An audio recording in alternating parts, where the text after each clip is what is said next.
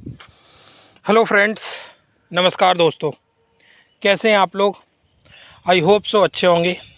स्वागत है आपका एक और नई वीडियो में। आज बहुत ही इम्पोर्टेंट पॉइंट्स के ऊपर अपन बात करेंगे जो सबके लिए समझना बहुत ज़रूरी है, स्पेशली हम सभी फाउंडर्स के लिए और सभी यूज़र्स के लिए, क्योंकि हम पिछले 5 सालों से इस बिज़नेस में हैं और उस बिज़नेस के दौरान हमने बहुत सारे उतार चढ़ाव देखे, बहुत सारी चीज़ें आती हुई जाती हुई देखी और अभी भी आ रही हैं और हम देख रहे हैं। और उसमें एक इम्पॉर्टेंट पॉइंट जो हम लोगों को लगा, जो समझना ज़रूरी है, वो ये है कि जैसे बहुत सारे लोग मैंने देखे हैं डिस्कशन करते हुए वीडियोस में, पर्सनली कॉल्स पे, है ना, face to face, one to one जो डिस्कशंस होते हैं, उसमें काफ़ी सारे लोगों का मानना है, सोचना है कि ऑनपैसिव ने बहुत कुछ लिया है। जब फाउंडर बन रहे थे तब फाउंडर के लिए उन्होंने पैसा लिया, उसके बाद में जब फाउंडरशिप बंद हो गई तो फिर उन्होंने ओ कनेक्ट के पैकेज के लिए पैसा लिया और उन्होंने एक मोटा मोटा कैलकुलेशन खुद के बेस के ऊपर किया और उन्होंने कैलकुलेशन लगा के समझा कि ऑनपैसिव ने करोड़ों रुपए ले लिया है। हम सभी फाउंडर्स का, हम सभी यूज़र्स का, उनके पास में कम से कम 2-4 हज़ार करोड़ रुपए पहुंच गया है, ऐसा काफ़ी लोगों का मानना है। ठीक है, मैं आपसे सहमत हो जाता हूं और आपकी बात से सहमत हूं, बट हमें दूसरे पर्सपेक्टिव को भी देखना होगा, दूसरी साइड को भी समझना होगा। अगर 5 सालों में उन्होंने 2-4 हज़ार करोड़ रुपए जिसे लिया है, उसके अलावा उन्होंने इन 5 सालों में क्या क्या किया है, क्या वो जो किया है वो बिना पैसे के पॉसिबल है?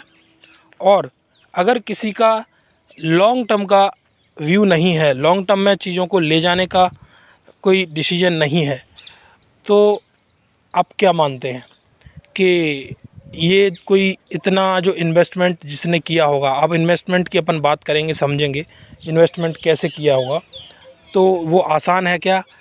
शॉर्ट टर्म के लिए कोई इतना इन्वेस्टमेंट करेगा? जैसे एग्ज़ाम्पल के लिए अपन शुरुआत करते हैं हैदराबाद ऑफिस, जो कि one of the biggest office है। आप देखेंगे उस ऑफ़िस में कई बार उस ऑफ़िस को दिखाया गया है वीडियोज़ के थ्रू, और कई बार कई फाउंडर्स ने उस ऑफ़िस का भी टूर किया है। और उस ऑफ़िस को देखते हुए तो समझ में आता है कि वो एक ऐसे आईटी हब वाले एरिया में ऑफ़िस बनी हुई है और इतनी बड़ी ऑफ़िस आसान नहीं है लेना। आप रेंट पे भी लेंगे तो उसके मेरे ख्याल से जो एक्सपेंसेस होंगे वो काफ़ी ज़्यादा होंगे, इतने कम नहीं होंगे जितना हम समझते हैं। तो गाइस, मैं यही बोलूँगा कि हमें इस चीज़ को समझना होगा कि जो भी एक्सपेंसेस हैं वो चाहे बिल्डिंग को लेके हों, चाहे मैन पावर को लेके हों। अब पहले तो अपन एक्सपेंसेस की बात करते हैं। जो हमारे पास बिल्डिंग है वो किस तरीके की बिल्डिंग है और किस एरिया में है, उसको आप कैलकुलेट करके देखेंगे तो 5 साल का उसका एक्सपेंसेस देखना। उसके अलावा हमारे पास मैन पावर कितनी है, कितने लोग काम कर रहे हैं हमारी कंपनी में। जो मैन पावर काम कर रही है उसकी सैलरी हर मंथ जाती है। हमारे पेमेंट्स डिले हो सकते हैं, ऊपर नीचे हो सकते हैं, बट सैलरी डिले नहीं हो सकती। सैलरी पर मंथ जाएगी तो ही एम्प्लॉय कायम करेंगे। अगर सैलरी टाइम पर नहीं जाएगी तो एम्प्लॉय रिटेंशन गिर जाएगा, और एम्प्लॉय रिटेंशन गिरेगा तो मार्केट में एम्प्लॉय ही इमेज ख़राब कर देगा कि उस कंपनी को ज्वाइन मत करना, वो कंपनी ख़राब है, वहाँ तो सैलरी टाइम पर नहीं मिलती है, वहाँ फैसिलिटीज़ टाइम पर नहीं मिलती हैं, और वहाँ जो एनवायरनमेंट है जो वहाँ का वो बिल्कुल सही नहीं है। तो एम्प्लॉय जब दूसरी कंपनी में जाएगा तो वही उस सिस्टम की, उस कंपनी की, उस ऑर्गेनाइजेशन की इमेज ख़राब कर देगा अगर उनको सैलरी और उनके जो भी बेनिफिट्स हैं टाइम पर नहीं मिलते होंगे। बट गाइस, ऐसा नहीं है। ऑनपैसिव की सैलरी जब टाइम पे जा रही है तभी वहाँ पे एम्प्लॉयज़ काम कर रहे हैं, अदरवाइज़ कोई काम नहीं करेगा किसी भी कंपनी में बिना सैलरी के। उसके अलावा दुबई की बात करें अपन, बुर्ज खलीफा पे जो एडवर्टाइजमेंट 1 साल तक हमने देखा था, बीच बीच में होता रहता है। मॉल की बात करें, दुबई मॉल में एडवर्टाइजमेंट चलते रहते हैं। रेलवे स्टेशन की बात करें, दुबई में एक रेलवे स्टेशन को जो हमने वहाँ पे पूरा एडवर्टाइजमेंट, पूरी ब्रांडिंग अपने कंपनी के नाम से हो रखी है।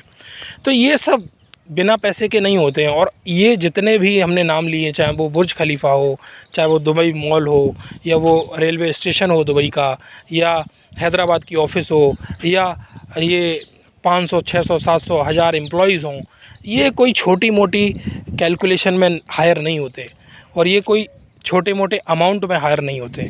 ये सब करने के लिए आपके पास बहुत अच्छा खासा पैसा होना चाहिए, और आपको ये पैसे इन्वेस्ट करने का आइडिया तभी आएगा जब आपका लॉन्ग टर्म का विज़न बड़ा होगा। जब आप जितना ले चुके हैं ना, उससे ज़्यादा देने के लिए, उससे ज़्यादा क्रिएट करने के लिए प्लानिंग कर रहे होंगे, उसके ऊपर दिमाग लगा रहे होंगे, तब आप इस तरीके की प्लानिंग कर पाते हैं। तो मैं आप लोगों को यही समझाना चाह रहा हूँ, इन सब चीज़ों को बताने के साथ साथ, कि आप लोग एक चीज़ को समझें कि ऑन पैसिव जो कर रही है, उसकी दूसरी साइड पे कितना इन्वेस्टमेंट भी कर रही है। हमसे जो लिया है उसके साथ साथ उसने खर्च कितना किया है, वो खर्च कैसे मैनेज हो रहा है। देखो, मैं ये इसलिए बोल रहा हूँ कि हमें दूसरी साइड पे देखने और सोचने की भी ज़रूरत है।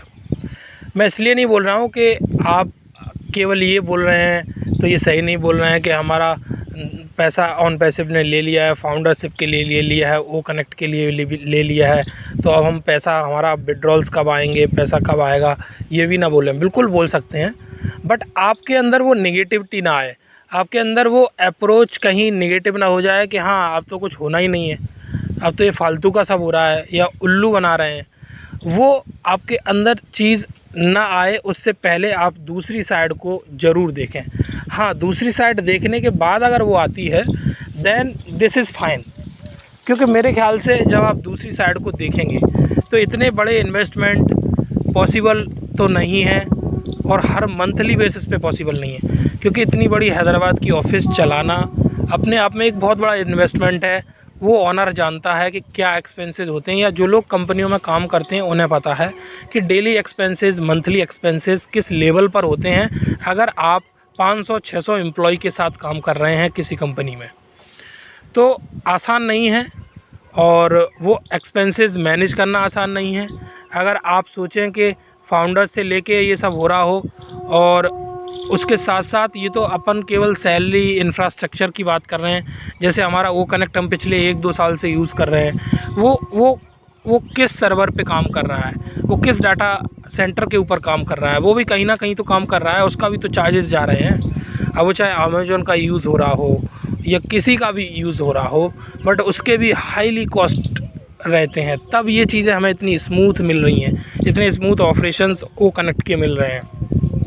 तो हमें ये पॉइंट समझना होगा कंपनी के दूसरे साइड के, कि वो खर्चा ये कर रही है, इतना कर रही है, क्यों कर रही है। अगर उसको ऐसा कुछ नहीं करना है, विड्रॉल्स नहीं देने हैं, या लॉन्ग टर्म में कंपनी को ग्रो नहीं करना है, तो वो इतने ऑफिसेस क्यों खोलेगा, वो इतने एम्प्लॉयज़ क्यों हायर करेगा। वो 10 एम्प्लॉय 100 एम्प्लॉय को भी हायर कर सकता है, और लो कॉस्ट में हायर कर सकता है। अगर उसे दिखाना ही है, वो हर चीज़ को एक माइनर लेवल पे दिखा सकता है। इतने एक्सपेंसेस करने की क्यों ज़रूरत है। वो बुर्ज खलीफा या दुबई मॉल में ही एडवर्टाइजमेंट क्यों कराएगा, वो एक छोटे से मॉल में भी करा सकता है, और वो एक यूट्यूब या फिर कोई न्यूज़पेपर में भी प्रिंट करा के या मीडिया में निकाल के भी करा सकता है। ये सब चीज़ें भी हो सकती हैं एडवर्टाइजमेंट और मार्केटिंग का ज़रिया, बट वो एक यूनिक वे में सोचते हैं, अलग सोचते हैं। Why he is thinking like that, क्योंकि उनका कुछ लॉन्ग टर्म में एक बड़ा प्लानिंग है, वो हम लोगों को समझ में नहीं आ रहा अभी, और हम उसको समझ नहीं पा रहे हैं, हम उस गहराई तक जाने की कोशिश नहीं कर रहे हैं। तो उनकी लीडरशिप को समझना होगा, और हमें उन्हें टाइम देना होगा। जैसे अगर वो लेना चाह रहे हैं, अगर उन्हें जेन्युइनली कुछ चीज़ों के लिए टाइम अगर लग रहा है, तो गाइज़ मैं यही बोलूँगा इस वीडियो में। हमारा डिस्कशन का जो रीज़न है वो यही है कि हमें दूसरी साइड को देख के तब कुछ समझना है चीज़ों को, तब डिसीजन लेना है, और तब कोई थॉट बनाना है। बिना सोचे समझे दूसरी साइड को देखते हुए नहीं बोल देना है कि ऑन पैसिव तो सब ऐसा ही कर रही है, और कुछ नहीं करने वाली, और कुछ नहीं होने वाला। क्योंकि ज़रूरी नहीं है कि जो आप सोच रहे हैं वो सच हो, और क्या क्या चल रहा है वो आपको पता हो। इसलिए आई होप गाइस कि दूसरी साइड आप लोग समझेंगे, सोचेंगे, और उसके बाद अब विचार करेंगे कि सही है या गलत है। और ये वीडियो आपको इन्फॉर्मेटिव लगी होगी। फिर मिलते हैं एक और नई वीडियो में कुछ नई इन्फॉर्मेशन के साथ। तब तक अपना ध्यान रखें, पॉजिटिव रहें, और एंजॉय करें प्रोसेस को। जल्द ही जो भी बिग अनाउंसमेंट्स होंगे हम सभी लोग उसका वेट कर रहे हैं। Okay guys, thank you very much, take care, bye bye.